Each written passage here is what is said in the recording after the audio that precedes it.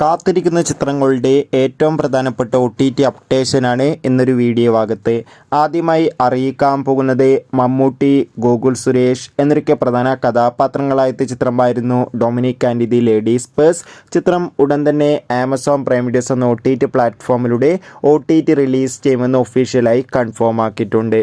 അഖിൽ, അഗ്നി, മമ്മൂട്ടി എന്നൊക്കെ പ്രധാന കഥാപാത്രങ്ങളായ ചിത്രമായിരുന്നു ഏജന്റ്. ചിത്രത്തിന് കാര്യമായ വിജയം സ്വന്തമാക്കാൻ വേണ്ടി സാധിച്ചില്ല. ചിത്രം വൻ പരാജയമായിരുന്നു.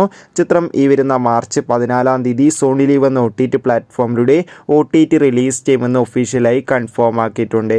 ആസിഫ് അലി, മനോജ് കിജൻ, അനുശ്വര രാജൻ എന്നൊക്കെ പ്രധാന കഥാപാത്രങ്ങളായ ചിത്രമായിരുന്നു രേഖാചിത്രം. ചിത്രം ഇപ്പോൾ മുതൽ നമുക്ക് സോണി ലീവ് എന്ന OTT പ്ലാറ്റ്ഫോമിലൂടെ ലഭ്യമാണ്. സുരാജ്, ജോജു എന്നൊക്കെ പ്രധാന കഥാപാത്രങ്ങളായ ചിത്രമായിരുന്നു നാരായണന്റെ 3 മക്കൾ. ചിത്രം ആമസോൺ പ്രൈം വീഡിയോസ് എന്ന OTT പ്ലാറ്റ്ഫോമിലൂടെ OTT റിലീസ് ചെയ്തിരിക്കുകയാണ്. വിനീത് ശ്രീനിവാസൻ, ബാബു ആൻ്റണി എന്നൊക്കെ പ്രധാന കഥാപാത്രങ്ങളായ ചിത്രമായിരുന്നു ഒരു ജാതി ജാതകം.